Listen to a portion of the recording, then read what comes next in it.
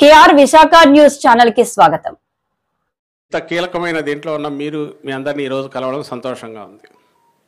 మనకు ఎంత ఘనమైన విజయం అసెంబ్లీ ఎన్నికల్లో దక్కిందో దానికి మించి స్థానిక సంస్థల ఎన్నికల్లో ప్రజలు మనకు పట్టం కట్టారు.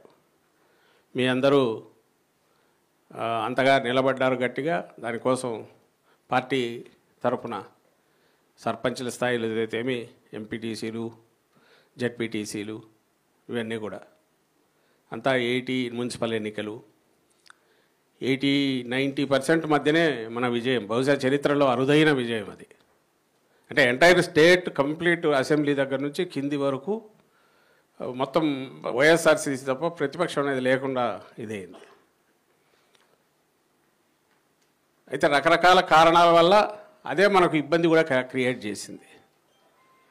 ఎందుకంటే మనమే ఎక్కువ ఎక్స్పోజర్, ఎక్కడ పోయినా మనమే ప్రాబ్లమ్స్ మీరే ఫేస్ చేయాల్సి వచ్చింది కింద. నెక్స్ట్ దీన్ని సంస్థాగతంగా మనం బలపడము, అలాగే మనం నెక్స్ట్ అధికారంలోకి వచ్చినాక మీ విభాగం కానీ స్థానిక సంస్థల ద్వారా మనకు దక్కిన అధికారాలను, మనకున్న అవకాశాలను మన నాయకత్వం స్థానిక సంస్థల ద్వారా చేయదగ్గ పనులు పూర్తి స్థాయిలో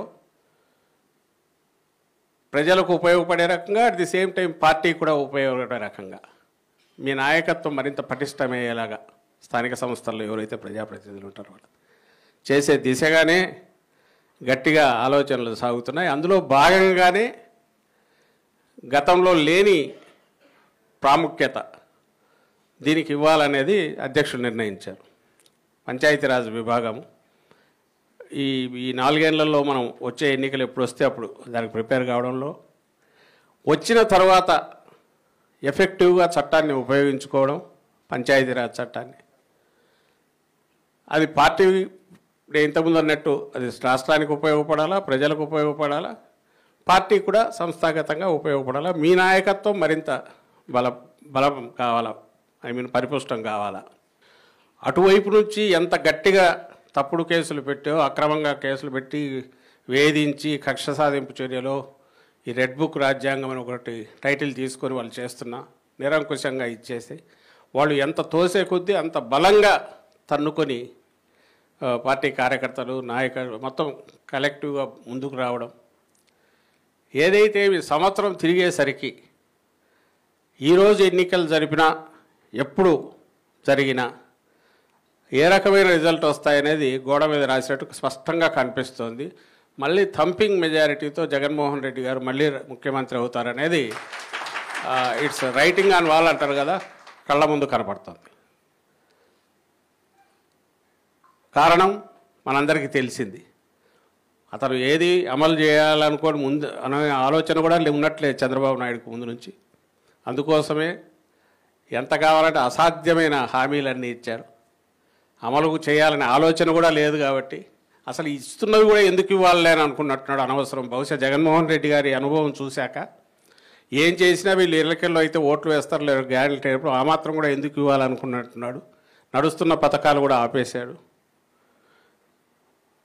దీంతో పాటు ఇంకో పక్క అడ్డంగా ఎక్కడ చూసినా దోపిడీ, అవినీతి భయంకరంగా ఉన్నాయి. ఇంకో పక్క నేను ఇంతకుముందు అన్నా అసలు లా అండ్ ఆర్డర్ అనేది లేకుండా పోయింది. ప్రతిపక్షంగా ఉన్న మన మీద మొదలుపెట్టిన అటాక్స్, పోలీస్ మొత్తం వ్యవస్థను లొంగ తీసుకునో, దాని ద్వారా మన మీద మొదలుపెట్టిన అటాక్స్ అణచివేత ఇప్పుడు సామాన్యుల మీద కూడా పోతుంది. సామాన్య ప్రజలు కూడా దానికి బలవుతున్నారు. ఎక్కడైనా సిస్టమ్ పూర్తిగా దాన్ని ఇట్లా పొలిటికల్ దీనికోసం వాడుకోవడం, దుర్వినియోగం చేయడం మొదలుపెడితే ఆఖరికి ఏం జరుగుతుందంటే సామాన్యులే దానికి సఫర్ అవుతారు. అది మొదలైంది. గవర్నెన్స్ అనేది అసలు లేదు.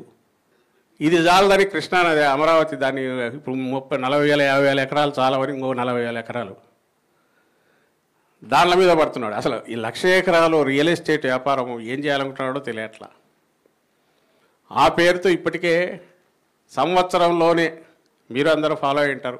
మన అధ్యక్షుడు ఇప్పటికి 2-3 సార్లు ఆయన చెప్పాడు ప్రెస్ కాన్ఫరెన్స్లో. ఇప్పటికి అది 1,67,000 కోట్ల పైన అయింది ఏడాది ప్లస్ ఈ 2 months కలిపితే. సో మీకు ఇచ్చిన బాధ్యతలు ఏదైతే ఉన్నాయో దానికి మించి మీ వ్యక్తిగతంగా మీకున్న శక్తి సామర్థ్యాలను బట్టి మీరు ఎంతవరకైనా పనిచేయచ్చు. ఎందుకంటే అపోజిషన్లో ఉన్నాం కాబట్టి. గవర్నమెంట్లో ఉంటే మోర్ ఈ ఆన్సరబిలిటీ ఎక్కువ ఉంటుంది. ఇప్పుడు ఉండేది పని చేయడానికి స్కోప్ ఎక్కువ ఉంటుంది, ప్రజల సమస్యలు పట్టించుకోవడం ద్వారా. దాని మీద దృష్టి పెట్టాల్సిందిగా కోరుతూ మరోసారి నేను చెప్పనవసరం లేకుండానే ఎక్కడికక్కడ కాన్ఫిడెన్స్ అది వచ్చేసింది. మన 1 ఇయర్లోనే ఆ కసి వచ్చింది.